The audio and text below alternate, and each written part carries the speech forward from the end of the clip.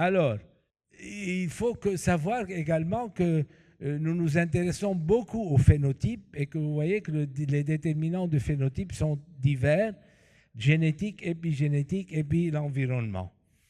Et malheureusement, c'est actuellement la vague épigénétique qui malheureusement prend le dessus et vous voyez que l'épigénétique intervient dans ce qu'on appelle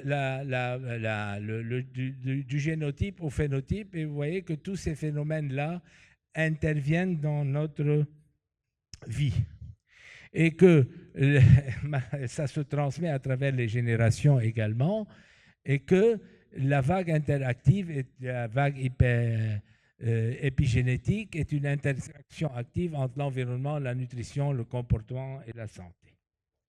Alors, peut-on modifier notre phénotype? Est-ce que c'est possible? Il y a beaucoup de questions là-dessus. Effectivement, on peut agir sur quelques facteurs, par exemple l'obésité maternelle, les toxines, le tabac et l'alcool, et surtout sur les premiers 1000 jours que vous connaissez très bien. Et vous voyez qu'il y a deux fenêtres d'opportunité. La première étant les premiers 1000 jours et la deuxième, c'est ultérieurement. Alors, l'AIP est une famille sans frontières. Là, nous étions en Inde, vous voyez bien mes amis africains qui m'ont entouré lors de mon élection. J'en suis très flatté. Alors, il faut être dans cette association parce que, premièrement, la francophonie, je suis le premier président élu francophone depuis 100 ans, 110 ans, et j'espère bien que la francophonie soit renforcée dans cette association. Et je remercie Patrick Tougnan et mon ami Mustapha qui vont bientôt réadhérer à cette association. Hassan, Hassan qui fait partie du conseil d'administration de l'AIP, tu vas prendre en charge cette réintégration. Alors, ça vous rappelle quelque chose, les amis? Ça vous rappelle quelque chose? Les 4 mousquetaires. Elle est toujours belle. Ça, c'est une Ford Thunderbird 1966 et ça, c'est dans les années 2000, je ne me rappelle plus. Ça vous dit quelque chose, ça? Et ça te dit quelque chose, Hassan? Congrès d'AIP en Australie. On était aux 12 Apostles, des 12 apôtres. On a mis peut-être 4 heures pour arriver, pour trouver 3 ou 4 rochers et on est rentré. Ça, c'est le consul honoraire. Le pauvre, il est malade, atteint d'un cancer. Oui. Tu te rappelles ça, Hassan? Canada, à l'île, je ne sais plus, Victoria, Vancouver. Et ça, c'est le dernier congrès de l'AIP, le symposium à Athènes. Et vous voyez Hassan Afilal en orange, nous faisions comment s'appelle, le groupe orange. Et nous avons gagné ce jour-là. Bon, voilà, merci. Donc, je vous remercie. Je vous demanderai tout à l'heure, si vous voulez bien, tous les collègues présidents de se mettre là pour prendre une photo qu'on va mettre sur le site de l'AIP. Et je vais terminer mon topo en remerciant Saïd. Saïd qui a été l'initiateur de notre amitié. Parce que moi, j'ai connu mes amis grâce à Saïd Afif en 2003. Et depuis est née cette amitié qui dure depuis 20 ans, qui n'a jamais été lâchée, la convivialité à laquelle nous sommes. Tu peux venir, Saïd. Tu vas. Je te remercie de toutes les façons. Moulay, c'est un Moulay, un descendant du prophète. Tiens, merci. Tu peux nous prendre une photo?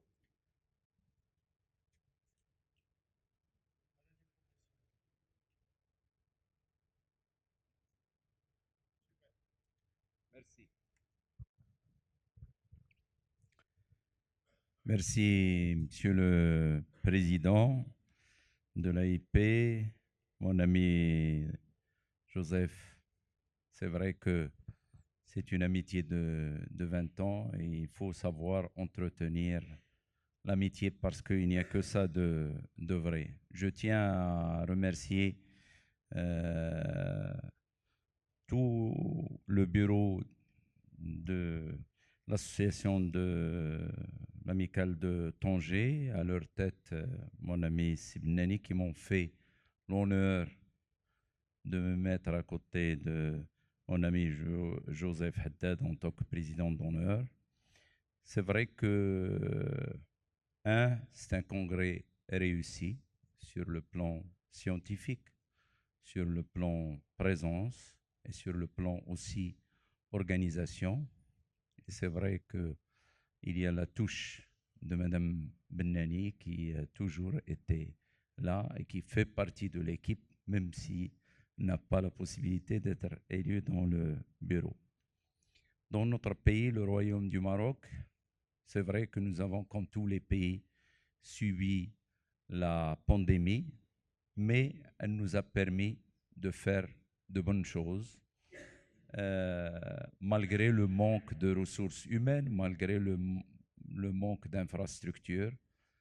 Nous avons fait beaucoup de choses, et entre autres, Sa Majesté le Roi, que Dieu l'assiste, a initié la refonte de notre système de santé. Donc c'est la loi 06-22 avec ses 4 piliers. Les ressources humaines d'abord. Nous sommes avec la rentrée 2023-2024. Nous sommes à 11 facultés de médecine. Donc nous avons notre pays à 12 régions. Nous sommes à 11 facultés de médecine. Et puis, il y a un CHU qui est en cours de construction au niveau de la région de Dakhla. Et puis, pour pouvoir, parce que malheureusement, 600 à 700 médecins partent chaque année, surtout actuellement, la mode, c'est l'Allemagne.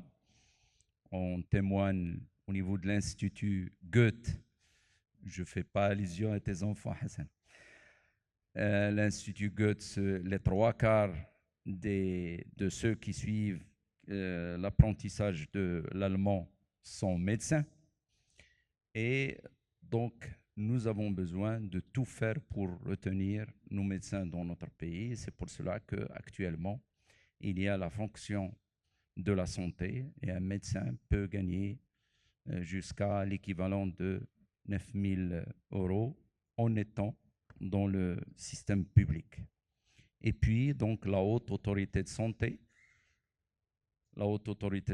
qui est indépendante et dont le président sera nommé par le roi, avec une politique de santé qui n'a rien à voir avec les politiques, parce que c'est vrai qu'à chaque changement de ministre de la Santé, on a un programme, et donc ce qui fait qu'on a voulu sortir de ça et avoir une politique à moyen et à long terme. La création de l'agence du médicament pour pouvoir investir. Nous avons une indépendance au niveau médicament de 65%. On voudrait qu'elle arrive à 80%. Et il y a en cours de finalisation la construction du plus grand laboratoire en Afrique de fabrication de vaccins et de biosimilaires, et aussi l'agence du sang et des dérivés. Donc c'est un mouvement, et nous avons aussi quelque chose qui est très important que nous avons réussi à faire, c'est à savoir l'assurance maladie universelle. Et donc il y a ceux qui travaillent, qui ont en fonction, il y a les indépendants, mais il y a aussi les économiquement démunis, c'est l'équivalent un peu de l'Obamacare, et ceux qui n'ont pas d'argent, c'est l'État qui paye pour eux, avec un budget quand même qui est conséquent par an de plus de 9 milliards de dirhams par an. Donc tout ça, cette cohésion sociale, nous en avons besoin pour que vous puissiez venir dans un pays toujours stable et accueillant. Et donc, l'amicale des pédiatres de Tanger est un exemple de cette dynamique. Et donc, je tiens à féliciter Sibnani et toute son équipe qui sont professionnels, accueillants, et je souhaite beaucoup de succès à l'Amicale de Tanger. Merci. C'est à Villal. Je te donne le flambeau. Notre président. Je ne vais pas dire grand-chose. Je vais pas dire grand-chose. Lydie me dit toujours que je parle beaucoup. Alors, je suis très heureux d'être là. Je suis honoré chaque fois que je viens à Tanger. Je suis de Tanger, donc vous êtes tous mes invités ici. Et je suis très heureux de vous accueillir à Tanger, cette ville exceptionnelle. Alors, la Société marocaine de pédiatrie a besoin de se restructurer et elle compte sur tous les Marocains et toutes les associations et sociétés scientifiques pour qu'on aille de l'avant, parce qu'il est extrêmement important que tous ensemble, on reconstruise notre pédiatrie. Il y a beaucoup de choses qui se sont faites. Nous avons été, par exemple, dans les comités d'alerte et de veille du ministère de la Santé, c'est une première. Nous avons été dans les commissions pour les médicaments et contre les pénuries, c'est une première. En fait, il y a eu énormément de choses et d'alertes et d'alarmes et de discussions avec le ministre. Et je le rappelle que nous avons été ceux qui ont écrit le plus au ministre pour libérer les enfants qui ne sortaient pas pendant le Covid, pour la vaccination, pour énormément de choses. Donc, on a été très actifs malgré une période stressante où il était très difficile d'être actif. Donc, nous avons joué le rôle extrêmement important qui nous était dû. Alors, je voulais surtout dire que je suis heureux que l'Afrique se retrouve entre elles. Il est extrêmement important pour nous. Nous sommes des Africains à mort, je dirais, c'est-à-dire qu'on l'est pleinement. Et je suis heureux qu'on se retrouve, qu'on se restructure, qu'on collabore. L'Afrique se réveille, se dynamise. L'Afrique n'est plus l'Afrique qu'emmenée par le bout du nez. C'est fini cela. Nous sommes actuellement dans une ouverture, dans un progrès. On va se prendre en main, on va aller de l'avant et on va le faire ensemble parce qu'il est extrêmement important de nous retrouver. Il y a des îlots de modernisme, il y a des îlots scientifiques d'excellence dans toute l'Afrique. Et il faut qu'on se prenne main par la main et qu'on aille de l'avant ensemble, que nos études, on les fasse ensemble, qu'on partage nos connaissances, qu'il y ait une interaction et que cette collaboration qu'on n'a pas eue, maintenant que la brique se libère, il faudrait qu'on se retrouve tous et qu'on aille de l'avant tous, parce que les richesses sont là, parce que les cerveaux sont là, la convivialité est là. Il y a en fait de quoi bâtir un avenir exceptionnel ensemble. Voilà ce que je voulais vous dire. Je vous remercie.